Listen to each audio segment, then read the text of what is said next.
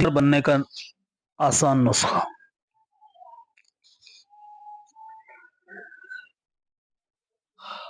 حضرت شاہ پھول پوری سرر العزیز ارشاد فرمایا کرتا تھا کہ کتنا ہی شدید قبض طاری ہو، قلب میں انتہائی ظلمت اور جمود پیدا ہو گیا ہو، اور سالہ سال سے دل کی یہ کیفیت نہ جاتی ہو، تو ہر روز وضو کر کے پہلے 2 رکعت نفل توبہ کی نیت سے پڑھے، پھر سجدے میں جا کر بارگاہ رب العزت میں عجز و ندامت کے ساتھ خوب گریہ وزاری کرے اور خوب استغفار کرے، پھر اس وظیفے کو 360 مرتبہ پڑھا کرے۔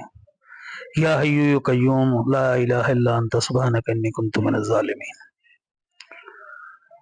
وظیفہ مذکورہ میں یا حی یا قیوم 2 اسماء الہیہ ایسے ہیں جن کے اسم اعظم ہونے کی روایت ہے، اور آگے وہ خاص آیت ہے جس کی برکت سے حضرت یونس علیہ السلام نے